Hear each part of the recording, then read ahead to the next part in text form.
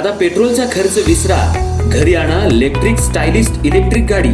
100% भारतीय बनावटीची electrics EV electric गाडी आता उपलब्ध. 5 वर्षांची वॉरंटी, आकर्षक कलर्स आणि स्पोर्ट्स डिझाईन. एकदा चार्ज करा आणि 100 ते 140 किलोमीटर पर्यंत रेंज.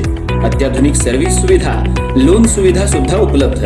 आजच भेट द्या साई मोटर्स, किसान चौक, इचलकरंजी. संपर्क 93 73 27 57 52 किंवा 0230 299 77 66. नो पेट्रोल नो टेन्शन, इलेक्ट्रिकचा स्मार्ट पर्याय.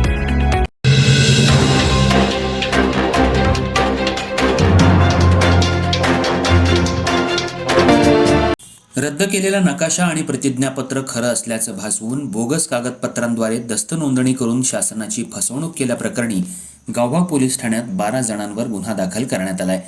या प्रकरणी सहाय्यक दुय्यम निबंधक क्रमांक 2 यशवंत रतन रोकडे वय 57 यांनी फिर्याद दिली आहे. याबाबत पोलिसांकडून मिळालेली माहिती अशी: रद्द केलेला बिगर शेती मोजणी नकाशा आणि दस्तातील खरे असलेबाबत पत्र देऊन दस्ताचा भाग करून नकाशा योग्य आणि कायदेशीर असल्याचं भासवत इथल्या सहकारी दुय्यम निबंधक कार्यालयात दस्त नोंदणी करण्यात आली होती. प्रत्यक्षात हातकणंगले भूमी अभिलेख अधीक्षक यांनी या जागेसंदर्भातील बिगर शेती मोजणी नकाशा रद्द केलेला होता, पण तो खरा आणि कायदेशीर असल्याबाबतचं प्रतिज्ञापत्र सादर करून त्याची नोंदणी करण्यात आली.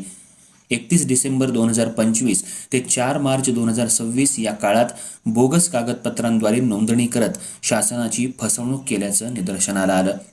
या प्रकरणी संबंधित दस्तऐवजातील वसीमराजा रहमान मुल्लानी, मनोहर गणपती सावंत, गणपती देऊ सावंत, सौ शिप्पुनिसायार मोहम्मद चौधरी, नसीम अली वकील रजक, अब्दुल रहमान वकील रजक उर्फ खान, मुबारक रईस शेख, कमरुन्निसा रुस्तम खान, दादाभाई अब्दुल सत्तार देसाई, अब्दुल अजीज YM चौधरी, शिफक जहांगीर फकीर आणि दोस्त मोहम्मद इलाकदार चौधरी या 12 जणांवर गावभाग पोलीस ठाण्यात गुन्हा दाखल करण्यात आलाय.